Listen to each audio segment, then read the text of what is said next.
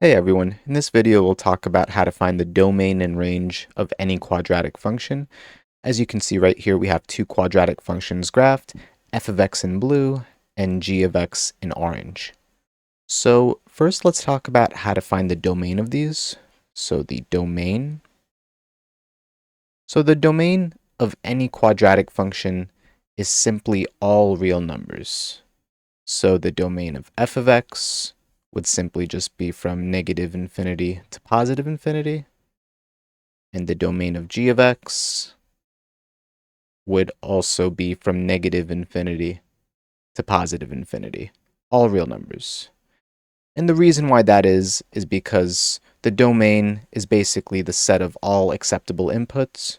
What values can x take? And there is no limit to what x could be. X could be anything. There are no issues with zeros in denominators or negative square roots. There are no issues with anything like that. So in any quadratic function, the domain is all real numbers. So now let's talk about the range, because the range is a little different. So let's talk about the range. How do we find the range of f of x first? So the range of f of x. So as you can see right here, just by looking at the graph, the range of f of x, well, that depends on where its vertex is. You can see right here its vertex is at this point. It's at the point 1, 2. So you could see that the y value, which tells you a lot about where the range is, the y value on the y-axis, it never dips below 2. This blue function right here never dips below 2 on the y-axis. So that tells you that its range cannot go lower than 2.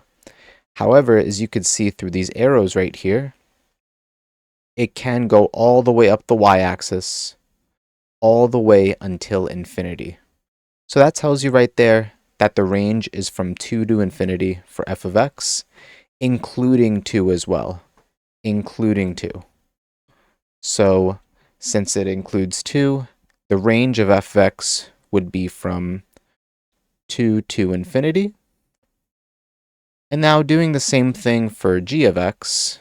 So g of x, the thing with g of x is that it's an upside down parabola, because as you could see right here, there is a negative in front of it.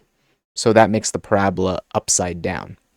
So since it's upside down, what's the lowest this parabola could be on the y-axis? Well, looking at these arrows, they go all the way down to negative infinity. So negative infinity is our starting point. So negative infinity. And they go all the way up to the vertex. So the vertex right here is at this point, 4, 1. And it does not go above 1 on the y-axis. And it includes 1 as well. It goes right up to 1 right here. So the range is from negative infinity to positive 1, including 1. So that's how you find the range, by looking at these parabolas on a graph. Now, how about if we didn't have a graph? How would we find the range? By just looking at the functions themselves. So if we took a look at f of x, how would we find the range of this quadratic function? And our goal is to find the range of f of x just by looking at the formula for this function. So the first thing you have to identify is this a positive parabola or a negative parabola? Remember, a positive parabola, this one, it looks like a U. It's a smiley face. It points upwards. A negative parabola, this one, looks like a frowny face. It's pointing downwards. So you have to identify, is it a positive or negative parabola? And we know that f of x right now is in standard form. F of x equals x minus 1 squared plus 2. So it depends on the coefficient of this term right here, which we know there's no coefficient, so we assume a 1. If that coefficient is positive, then we know that this is a positive parabola. So we know f of x is a positive parabola, and we also know g of x. If we just copy g of x right here, so g of x, copy and paste down here. We know that g of x is a negative parabola because there's a negative in front of this term right here. This is a negative parabola, so it points down.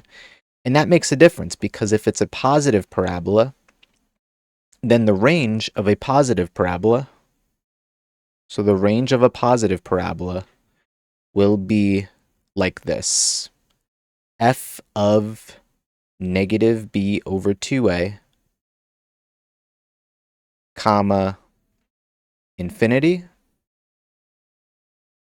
And the range of a negative parabola will be from negative infinity to f of negative b over 2a. And this is the general form to find the range. It all depends on what f of negative b over 2a is. So we have to find negative b over 2a, which we can get from the general form of the quadratic function. And then we have to find f of that number, of that input. So let's just run through this example. F of x equals x minus 1 squared plus 2. If we go ahead and try to find the general form of this quadratic, f of x equals x minus 1 squared plus 2, what we'd have to do is expand out this binomial. So that would come out to f of x equals x squared minus 2x plus 1 plus 2. And we can combine these two like terms to combine them to plus 3. So plus 3. So right here, we know our a is 1. So our a is 1, our b is negative 2, and our c is 3. So what is negative b over 2a? So what is our negative b over 2a? Well, that would be negative, and then b is negative 2, so negative 2, over 2 times a, and our a is 1, so 2 times 1. So negative 2 is positive 2, over 2 times 1 is 2. 2 over 2 is 1. So our negative b over 2a is 1. So we will just replace that with a 1. And now we have to find f of 1. So we know we have f of x right here. F of x equals x minus 1 squared plus 2. What is f of 1? So f of 1 equals...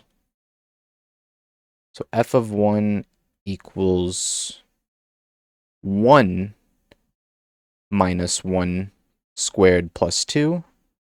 1 minus 1 is 0. And then 0 squared is 0. And then 0 plus 2 is 2. So f of 1 equals 2. So we can replace f of 1 with 2. And we'll just move this a little bit. And there we go. We found the range for f of x from 2 to infinity. And we found it algebraically without having to look at a graph. And it's the same range that we found here earlier, from 2 to infinity, including 2. Now let's do the same thing for g of x. So for g of x, we know that the range, since this is a negative parabola, it's an upside down parabola, the range is from negative infinity to f of negative b over 2a. So first we have to get this function g of x in general form. So g of x equals, we know x minus 4 squared if we expand that out. And then just keeping this negative on the outside, so negative parentheses x squared minus 8x plus 16, and then plus 1 right here, plus 1. And then we can go ahead and just distribute this negative to each term on the inside. So we have g of x equals negative x squared plus 8x minus 16, and then this plus 1 on the outside. So negative 16 plus 1 is negative 15. So negative 15. So our g of x in general form is negative x squared plus 8x minus 15. And now what we're going to do is find negative b over 2a. So negative b over 2a, we know our a is negative 1 right here. A is negative 1, b is 8, and c is negative 15. So negative b over 2a is negative, our b is 8, so negative 8 over 2 times a. Our a is negative 1, so 2 times negative 1. What's negative 8 over 2 times negative 1? So 2 times negative 1 is negative 2. Negative 8 divided by negative 2 is positive 4.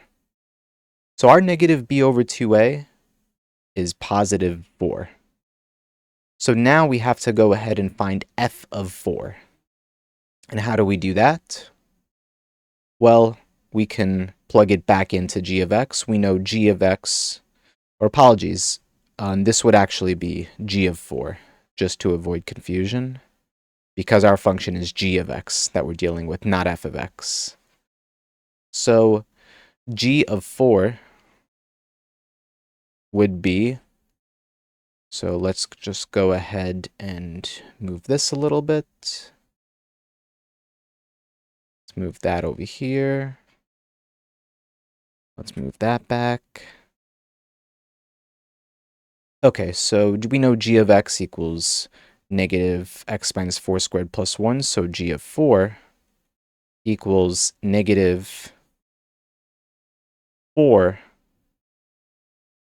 minus 4 squared plus 1. So 4 minus 4 is 0. And then negative 0 squared just comes out to 0. 0 plus 1 is 1. So g of 4 is 1. So g of 4 equals 1, so we could replace g of 4 with 1. And there we go. That is the range for g of x from negative infinity to 1. And that was the range for f of x from 2 to positive infinity. And that's how you find the domain and range of any quadratic function, both on the graph, graphically, and algebraically. So I hope this video helps, and if you have any questions at all, please leave them down in the comments below, and thank you for watching.